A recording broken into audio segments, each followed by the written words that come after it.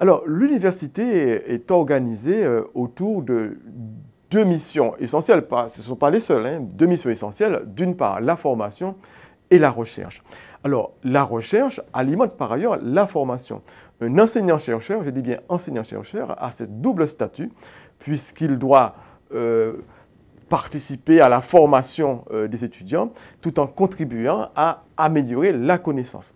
Et cette amélioration de la connaissance a pour vocation aussi de répondre à la demande sociale en apportant des expertises, en étant impliqué, par exemple, dans le développement de nos territoires.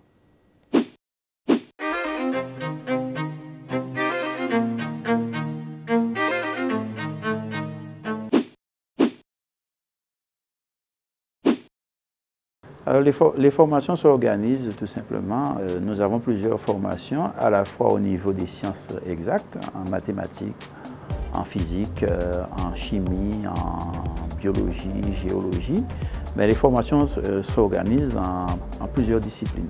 Ça veut dire que nos formations sont habilitées par le ministère, à la fois au niveau de la licence et au niveau du master. Et tous les enseignants qui sont là, eh bien, nous organisons ces enseignements. Nous avons 1600 étudiants, dont plus de 1100, 1200 au niveau de la licence et près de 300 étudiants au niveau du master. Et nous devons gérer tous ces étudiants au niveau des salles. Nous avons pratiquement 3 bâtiments. Le bâtiment d'enseignement, un bâtiment qui est nouveau, spécialement dédiés au TP, et d'autres bâtiments un peu qui sont des préfabriqués qu'on doit démolir. C'est là-dedans que se déroulent un peu toutes nos formations pour nos étudiants.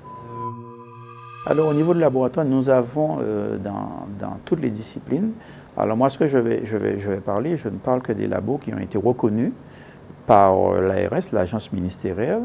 Donc nous avons au niveau des mathématiques, parce que moi je suis mathématicien au niveau du DMI, il y a principalement 2 laboratoires. Un laboratoire principal, c'est le laboratoire le LAMIA, laboratoire de mathématiques et informatique appliquée, où il y a des mathématiciens et des informaticiens. Et il y a aussi certains mathématiciens qui se retrouvent dans le laboratoire CEREGMIA, dont le directeur se trouve en Martinique. Et au niveau de la physique, nous avons 2 laboratoires. Un laboratoire qui s'occupe des matériaux, le GTSI, c'est le groupe des technologies de surface et interface qui s'occupe des contacts au niveau du matériau. Et un laboratoire qu'on appelle LARGE, c'est le laboratoire de recherche en géosciences, qui s'occupe à la fois des problèmes énergétiques, des problèmes d'atmosphère et aussi des problèmes de géologie. Alors en ce qui concerne la chimie, il y a 2 laboratoires en chimie. Un laboratoire de Covachim M2E, connaissance et valorisation chimique des matériaux, et un autre laboratoire qui est un UMR avec l'INRA, c'est Calitrop qui s'occupe de la qualité des légumes tropicaux. Et ensuite, au niveau de la biologie, nous avons 2 laboratoires. Un laboratoire de la dynamique des écosystèmes caribéens, donc en gros qui s'occupe des problèmes de rivières, des problèmes d'eau et des problèmes en gros de mangroves. Et un autre laboratoire beaucoup plus pointu qui est une UMR avec Paris 6 qui s'appelle Symbiose, Adaptation et Évolution. Donc voilà un peu tous les labos que nous avons, qui sont très dynamiques, qui sont très reconnus, et il y a vraiment des publications, des séminaires dans tous ces laboratoires. Je suis Claude Hertog, enseignant-chercheur, directeur de l'UFR STAPS, ici à l'UAG, campus Fouilleul. Donc l'UFR STAPS, c'est la seule formation universitaire concernant les sciences du sport, les métiers du sport. Il ne faut pas nous confondre avec le SUAPS, qui est un service commun pour la pratique du sport, je dirais de loisirs et compétitif, mais pour l'ensemble des étudiants. Nous sommes, nous, un UFR, donc formation et recherche, sur l'objet du sport, sur l'objet de la pratique sportive ou sur l'objet du corps humain. Nous sommes plusieurs spécialistes de divers horizons. C'est ce qui nous caractérise. En STAPS, on va trouver des professeurs d'anatomie, de physiologie, des historiens du sport, des sociologues du sport. Et tous ces gens participent à la formation de nos étudiants sur un thème assez large qui est la pratique physique et l'ensemble des métiers du sport. Et il existe une cinquantaine de STAPS à travers la métropole et les DOM pour près de 40 000 étudiants. Donc c'est une formation quand même qui n'est pas négligeable et qui aujourd'hui voit son nombre se stabiliser sur une formation qui amène à différents métiers. Il y a plusieurs spécialités en STAPS. Éducation et motricité, la filière la plus connue, celle qui mène au professorat de l'éducation physique, mais elle n'est plus majoritaire. Aujourd'hui, d'autres filières se développent, et notamment ici aux Antilles, la filière activité physique adaptée et santé. Nous avons une autre filière qui est entraînement sportif, et il existe en métropole une filière management du sport que nous espérons développer aussi ici, et ergonomie et performance motrice. L'ensemble de ces spécialités amènent à différents métiers, tous bien sûr orientés vers le sport ou la pratique physique.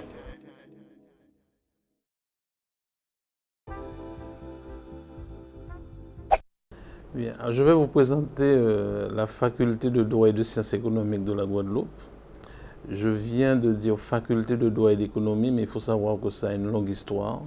Il y avait d'abord ce qu'on appelle les UER, unités d'enseignement et de recherche. Ensuite, nous sommes passés à l'UFR, unité de formation et de recherche. Et depuis 2 ans, c'est la faculté de droit et de sciences économiques de la Guadeloupe.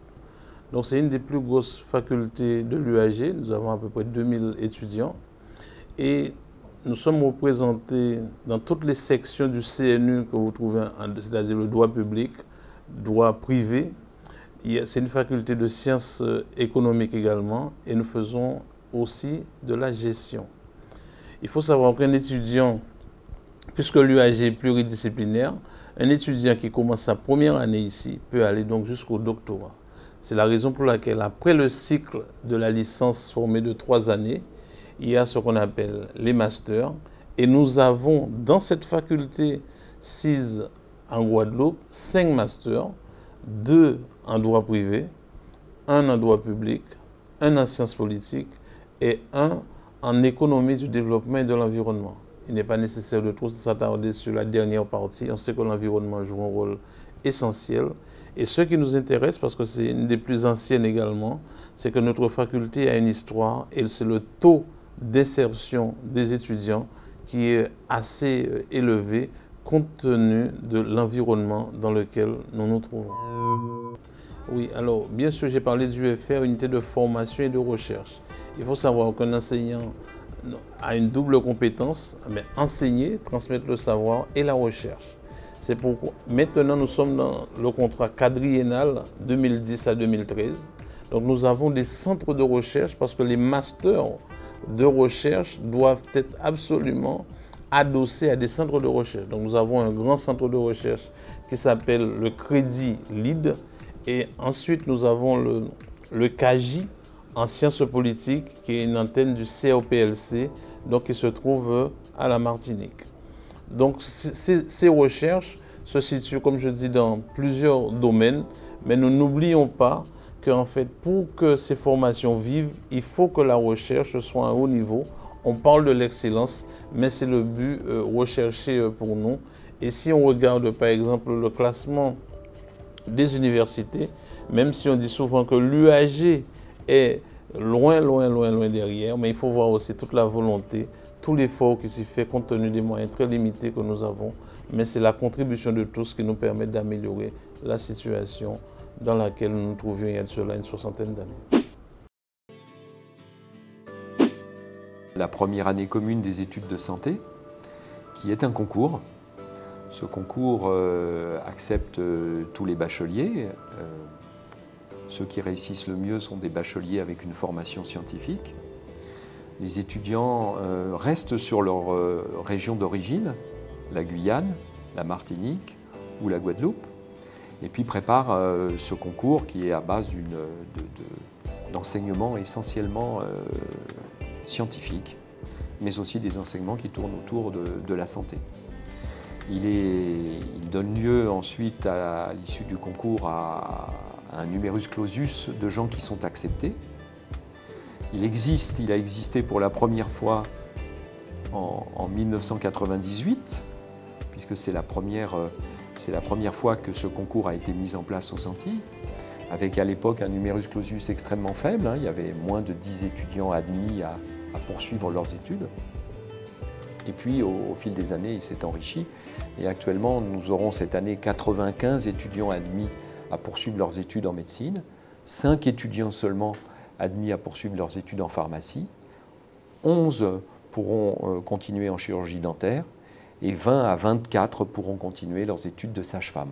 À l'issue du concours, les sages-femmes partent dans une école de sage-femmes qui est en Martinique. Les chirurgiens dentaires poursuivent leur formation dans des universités de la France hexagonale. Les pharmaciens de même, mais nous gardons les médecins. Et les médecins font leur 2e et leur 3e année sur le site, qui sont des années essentiellement des années de formation théorique, mais dans laquelle ils commencent à rentrer dans les hôpitaux. Ils poursuivent leur formation sur le site de Fouillol.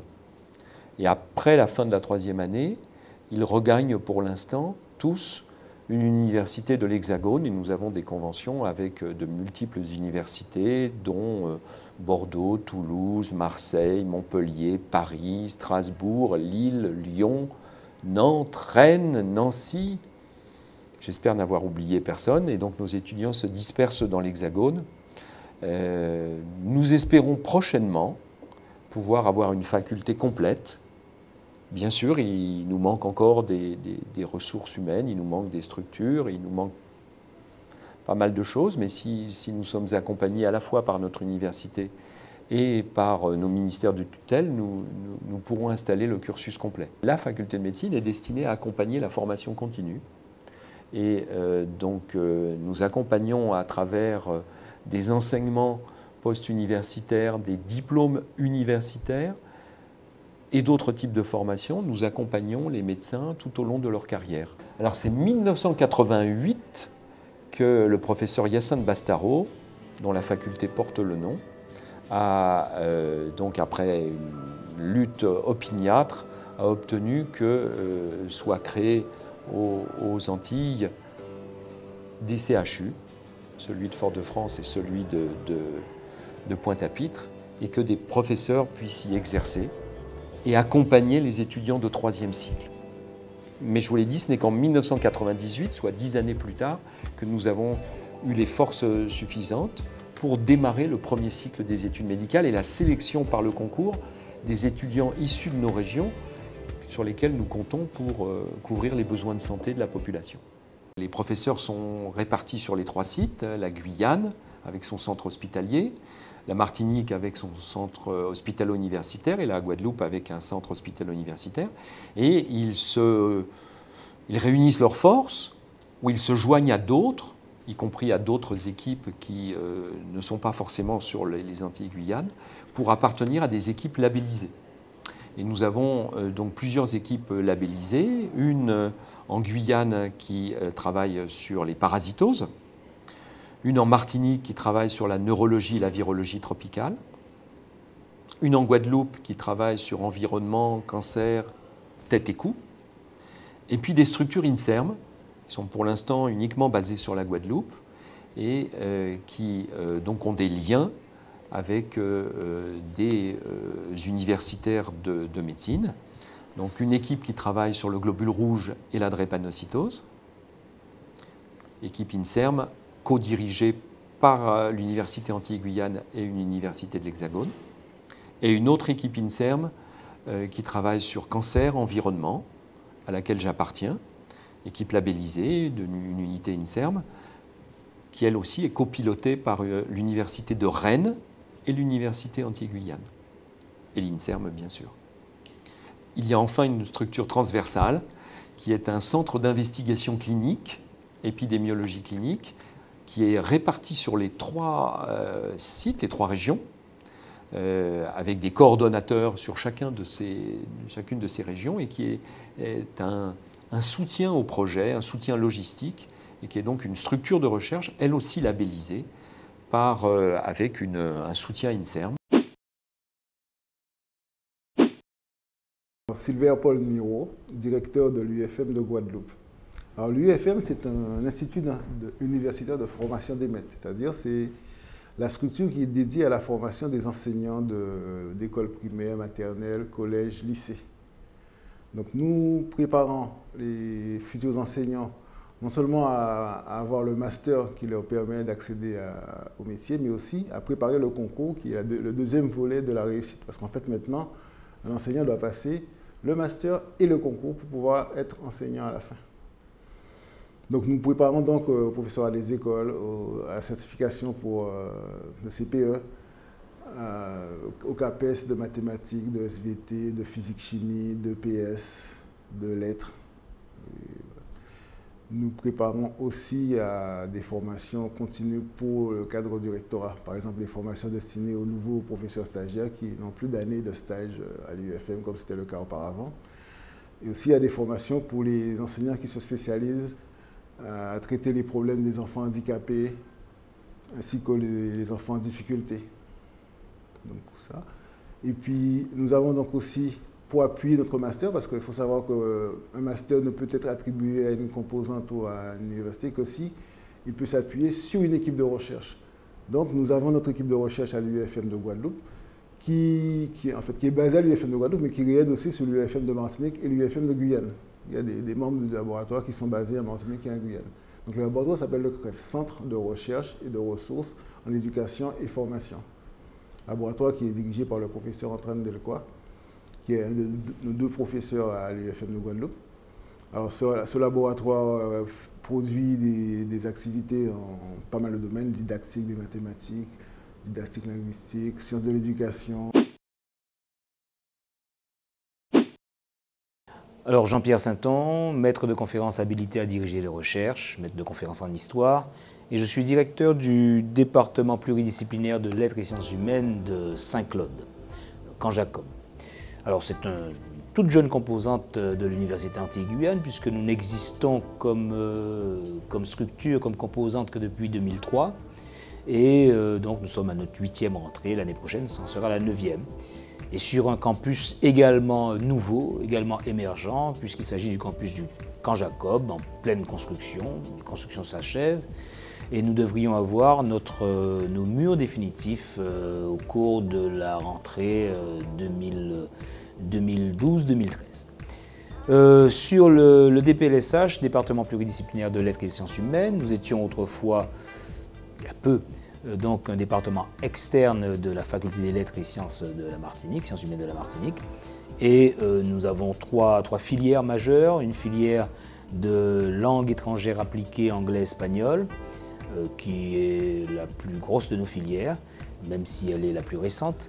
Et nous avons encore deux autres filières, une filière de lettres modernes et une filière d'histoire, sciences humaines et sociales. Donc c'est les trois constituants fondamentaux du DPLSH.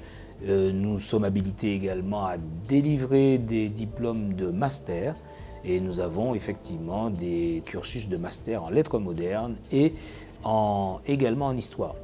Dans le prochain contrat quadriennal, donc dans très peu de temps, nous proposerons également, en plus de ces socles essentiels, d'autres diplômes universitaires et sans doute une reformulation du master pour qu'ils puissent accueillir effectivement à Saint-Claude ou sur le pôle Guadeloupe en général, tous ceux qui souhaitaient s'orienter vers un diplôme approfondi en humanité dans les disciplines de lettres et dans les disciplines d'histoire. Alors, en termes de recherche, nous ne fonctionnons pas en termes de recherche sur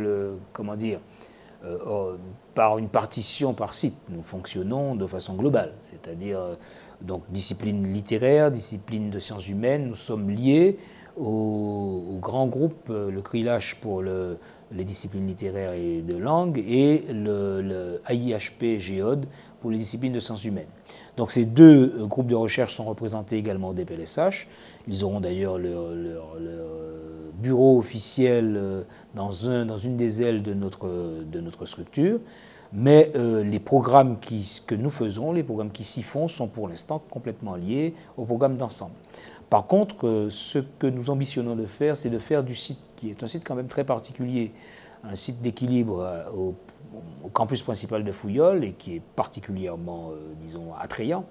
Nous souhaitons faire de ce site un lieu privilégié de séminaires, de rencontres universitaires, de débats, de colloques, d'organisation de colloques, non seulement pour les organismes de recherche qui sont les nôtres, auxquels nous appartenons, qui sont ceux de l'UAG, mais également pour l'extérieur.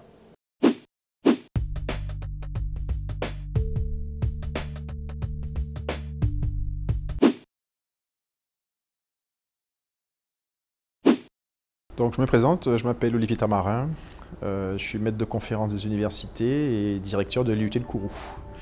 Donc l'IUT de Kourou, que beaucoup appellent IUT Antilles-Guyane, puisqu'en fait la direction et l'administration sont localisées à Kourou, mais notre IUT est un petit UAG puisqu'il délivre des formations et a donc des départements de formation sur les 3 territoires que sont la Martinique, la Guadeloupe et la Guyane. Donc 7 départements de formation en tout, bientôt 9.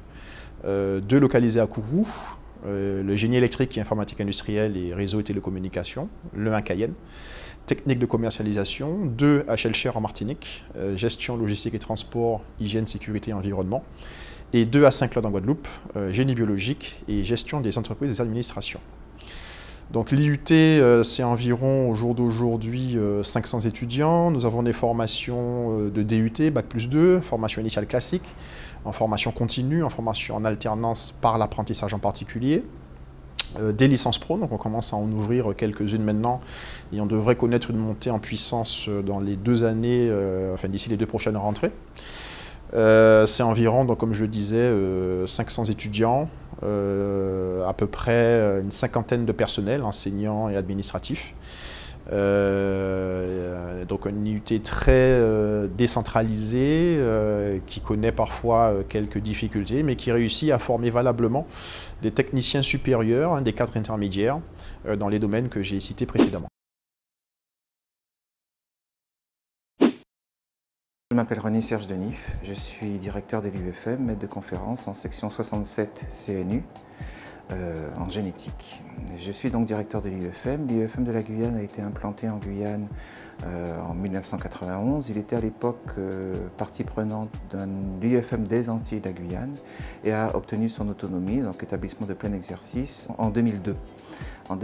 Et donc depuis 2002, l'UFM était un établissement autonome. Il a été intégré à l'université au 1er mai 2011 et donc depuis le 1er mai 2011, l'UFM est une composante à part entière de l'université des Antilles et de la Guyane. La mission principale de l'UFM de la Guyane, comme l'ensemble des UFM d'ailleurs, est de former les enseignants, donc de préparer les enseignants, qu'ils soient du premier ou du second degré, à mettre en place donc des séances d'enseignement-apprentissage à destination des élèves de maternelle, d'élémentaire, de collège et également de lycée. L'UFM de la Guyane a cette particularité d'avoir un nombre d'étudiants se destinant au métier du professorat des écoles relativement important, puisqu'il représente près de 80% de nos effectifs étudiants, et les 20% restants étant répartis entre la préparation du CAPES de lettres modernes et la préparation du CAPES d'anglais. Nous préparons également certains étudiants dans le cadre d'un master à la communication et à la médiation scientifique. Effectivement, donc depuis plusieurs années maintenant, les UFM ont pour vocation pas simplement la préparation des concours de recrutement des enseignants du premier et du second degré, mais également la préparation de masters. Ces masters, donc de masters tout à fait classiques, ont pour vocation donc à former des étudiants à un niveau Bac+5.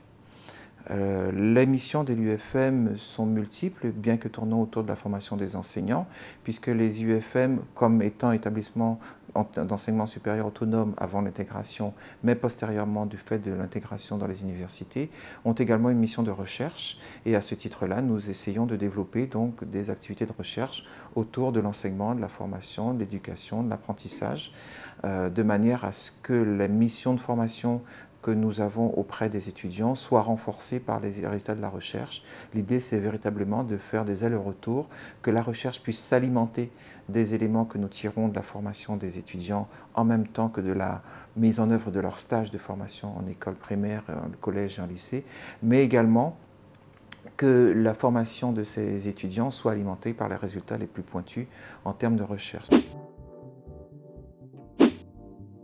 René Dorville, maître de conférence en mathématiques. J'occupe depuis juillet 2010 les fonctions de directeur de l'IEG. IEG, Institut d'enseignement supérieur de la Guyane. Alors l'IEG est la composante principale de l'Université Antilles-Guyane sur le pôle Guyane. Alors cet institut compte environ 1302 étudiants inscrits et l'institut est structuré en 3 départements. Alors premier département, le département STS, Sciences, Technologies et Santé, dans lequel sont dispensées des licences dans le domaine, dans les disciplines biologie, mathématiques, informatique, sciences physiques de l'ingénieur et aussi physique-chimie. Deuxième département, le département LSH, langues et sciences humaines. Donc, nous avons à l'intérieur de ce département une licence de lettres modernes, licence musicologie, une licence langue étrangère appliquée et aussi une licence ETF, éducation, travail et formation. C'est la licence notamment qui conduit au master éducation et formation pour devenir professeur des écoles. Et toujours au niveau licence, on passe au dernier département, département SJE, où nous avons une licence AES et une licence droit et sciences politiques. Donc, en ce qui concerne les masters, puisque les masters sont adossés à des laboratoires de recherche, nous avons un master biologie, chimie et environnement dans le département STS, qui est adossé à plusieurs UMR, l'UMR EcoFog, qui a plutôt une problématique c'est un laboratoire de matériaux et de molécules, donc problématique de corrosion, de dégradation.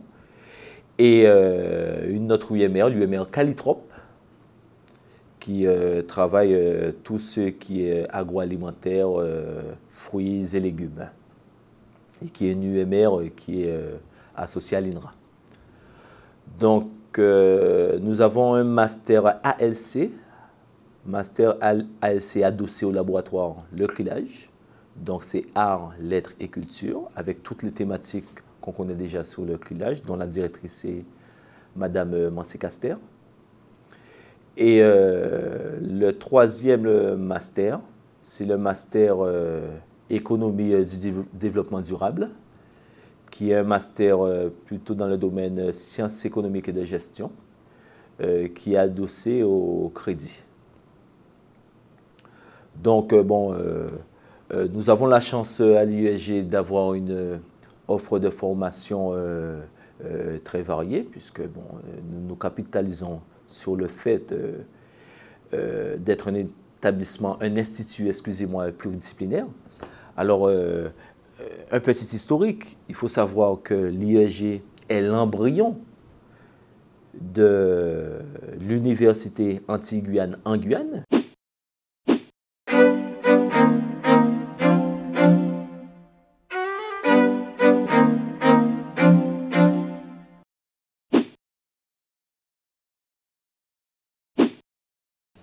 Corinne Mancé-Caster, doyen de la Faculté des Lettres et Sciences Humaines. La Faculté des Lettres et Sciences Humaines donc, a pour vocation de proposer des formations en matière de langue, espagnol, anglais, créole, lettres modernes, de lettres, donc littérature dans toutes les langues que je viens de citer, et des sciences humaines, donc sciences de l'éducation, information et communication, histoire, géographie. Et donc, au niveau de la recherche, on retrouve 2 laboratoires. Le laboratoire AIHPGEOD qui s'occupe de l'histoire, de la géographie, tout ce qui est environnement, tout ce qui est patrimoine au niveau de l'histoire. Et le laboratoire CRILACH, Centre de recherche interdisciplinaire en lettres, langues et sciences humaines, dont l'objectif est de travailler sur toutes les problématiques identitaires, linguistiques, multilinguisme, multiculturalisme, et aussi les problématiques didactiques et éducatives. Mais la faculté des lettres a aussi pour vocation à encourager tout ce qui est culturel, à ouvrir les étudiants sur la culture, sur la littérature, sur la création artistique et littéraire. Et pour ce faire, elle développe de nombreux projets à vocation culturelle et artistique. Éric Carpin, doyen de la faculté de droit et d'économie de la Martinique, élu en octobre 2010. Je suis donc le responsable de cette faculté. Cette faculté est une faculté de droit et de sciences économiques. Elle est donc composée de 2 départements. Un département droit et sciences politiques et un département économie-gestion. Chacun de ces 2 départements, évidemment, dispensant des formations liées à leur spécialité. La faculté de droit et d'économie héberge également dans ses murs 3 laboratoires de recherche. Un laboratoire de recherche en droit, il s'agit du CERJDA, dont le directeur est le professeur Virasamy. Un laboratoire de sciences politiques, le CRPLC, dont le directeur est le professeur Justin Daniel. Et enfin, un laboratoire d'économie, le CEREGMIA, dont le directeur est le professeur Fred Selimène. La faculté de droit et d'économie est l'institution la plus ancienne de l'Université des Antilles et de la Guyane. En effet, on peut situer son origine à 1880, puisque 1880, c'est la date à laquelle est créée l'école préparatoire de droit. Deuxième date importante importante de l'histoire de la faculté de droit et d'économie, c'est après la Seconde Guerre mondiale, la création de l'Institut Henri Vizioz. Et donc, la faculté de droit et d'économie est donc la petite fille de ces 2 institutions. Et c'est donc, parmi toutes les composantes de l'Université des Antilles et de la Guyane, la plus ancienne. Donc, il y a une très ancienne tradition de droit à la Martinique. Et ça n'est qu'à partir de 1982, avec la création de l'Université des Antilles et de la Guyane, que l'économie vient rejoindre le droit et qu'est créée la faculté de droit et d'économie de la Martinique.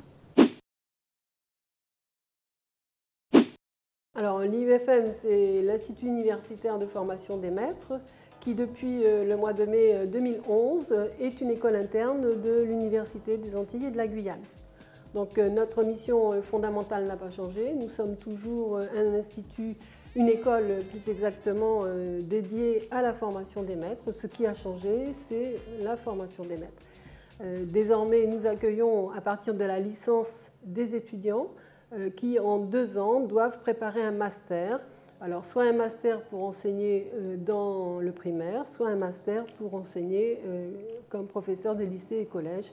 Et nous avons beaucoup de disciplines, notamment littéraires, dans la préparation à ces CAPES. Alors, ce qui est un petit peu plus difficile pour les étudiants, c'est qu'ils doivent à la fois préparer leur master, ils doivent en même temps préparer leur métier, puisqu'ils ont des stages en première et en 2e année, et ils doivent également préparer le concours s'ils veulent être recrutés par l'Éducation nationale. Je suis Maximilien Hasler, je suis maître de conférence en mathématiques à l'Université des Antilles de la Guyane et je suis actuellement directeur du département scientifique interfacultaire. Donc c'est maintenant une composante de plein droit sur le campus de Schellcher, donc qui est chargé notamment de l'enseignement mais aussi la recherche dans le domaine des sciences et technologies. Donc nous avons dans les formations la licence Sciences, Technologies et Santé, la licence STS. Et au sein de cette licence, ici, nous enseignons une filière de maths informatique. Donc c'est la mention maths info, la mention physique-chimie et la mention de biologie biochimie. En maths info ainsi que dans la mention biologie biochimie, les enseignements vont jusqu'à la 3e année, donc c'est la licence proprement dite.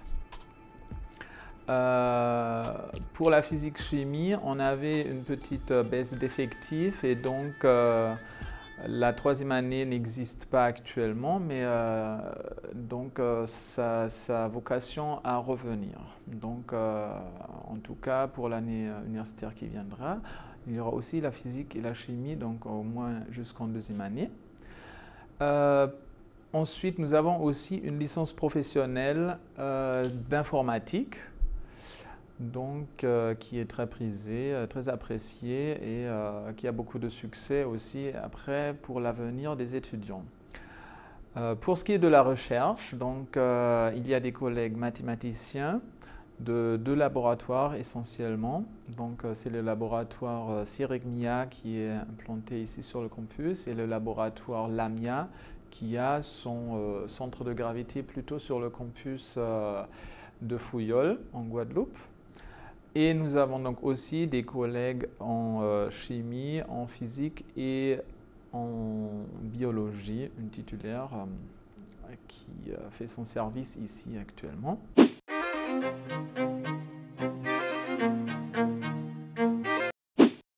Alors, l'école doctorale, elle a été créée en 2000 et son rôle, si vous voulez, elle a pour mission principale de fédérer l'ensemble des jeunes chercheurs, des jeunes doctorants qui préparent des thèses et de leur permettre d'abord d'avoir une formation qu'on appelle la formation doctorale, formation qui peut concerner tant l'approfondissement de connaissances disciplinaires, mais qui peut concerner aussi la maîtrise d'outils divers, la technique de prise de parole en public, la technique de communication écrite, orale, la maîtrise de langues étrangères également. Donc ça, c'est la première mission de l'école doctorale, c'est la formation. Mission également d'accompagnement de leur temps de recherche, c'est-à-dire nous devons veiller à ce que ces doctorants soient encadrés dans les meilleures conditions possibles. Ils ont tous un directeur de thèse, mais parfois il peut s'avérer que les conditions de travail ne soient pas idéales. Nous devons nous assurer de tout ceci, nous assurer du suivi aussi de la recherche d'une année à l'autre, leur permettre aussi une meilleure connaissance des possibilités d'insertion professionnelle. En fait, c'est cet ensemble de missions et en ceci, l'école doctorale est un des éléments de pilotage de la recherche par le biais des jeunes qui y sont et qui quotidiennement sont attachés à cette école doctorale.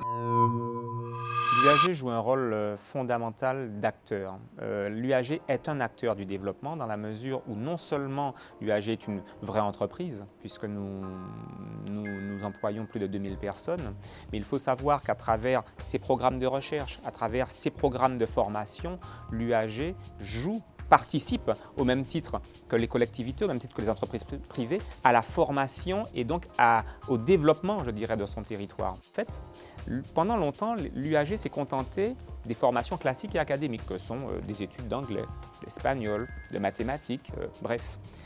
Ces enseignements académiques sont nécessaires, mais à côté de ces enseignements académiques, il s'avère nécessaire de développer des formations qui répondent aux besoins du territoire. Et l'UAG, à travers son centre de formation continue, son institut universitaire de formation continue, est en mesure de mettre en place des formations qui répondent à cette demande sociétale.